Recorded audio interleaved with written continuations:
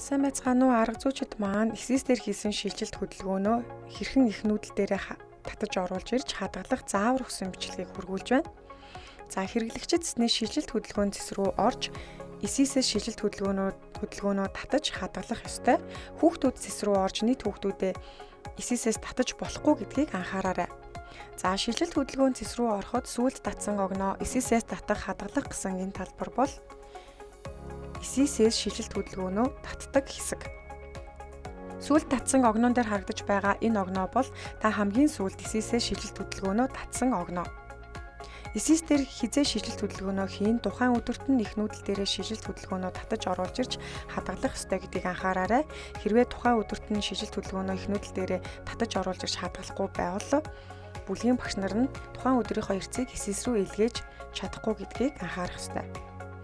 За хэрвээ та өмнөх 7 хоног буюу 9 сарын 12-ны өдөр эсээс дээр хийсэн шилжилт хөдөлгөөнөө тухайн өдөрт нь их нүүдэл дээрээ хадгалж чадаагүй бол өмнөх өдрөөр нь буюу 9 сарын 11-ний өдрийг огноогоо тохируулж агаад эсээсээс шилжилт хөдөлгөөнөө татна.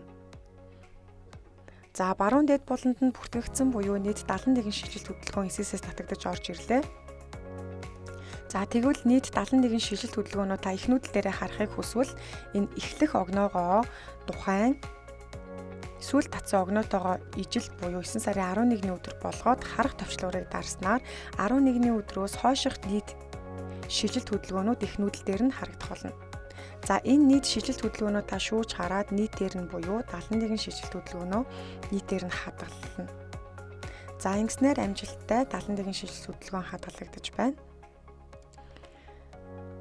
За мөн хүүхэд тус бүрээр шилжилт хөдөлгөөнөө шүүж хадгалахыг хүсвэл хайлт хэсэг дээр тухайн хүүхдийн нэрийг бичээд хайхад тухайн бүлэг за хүүхдийн овог нэр хүүхдийн ерөнхийдөө шилжилт хөдөлгөөний хийсэн үйлдэлийн огноо харагдана. За хэрвээ тухайн хүүхд дээр 2 шилжилт хөдөлгөөний үйлдэл буюу хасах шин суралцагч гэсэн 2 үйлдэл харагдвал үйлдэлийн огноогоо арга зүйчид маань сайн хараад хамгийн сүүлд хийсэн үйлдэлийн огнооныхоо одоо арталт харагдаж байгаа хүүхдийн хадгалах товчлуурыг дарж тухайн хүүхдийн шилжилт хөдөлгөөнийг хадгалах нь зүйтэй. Ингэснээр тухайн хүүхдийн шилжилт хөдөлгөөн их нүүдэл дээр нь амжилттай хадгалагдана. За анхаарал хандуулсанд баярлалаа. Их нүүдэл платформ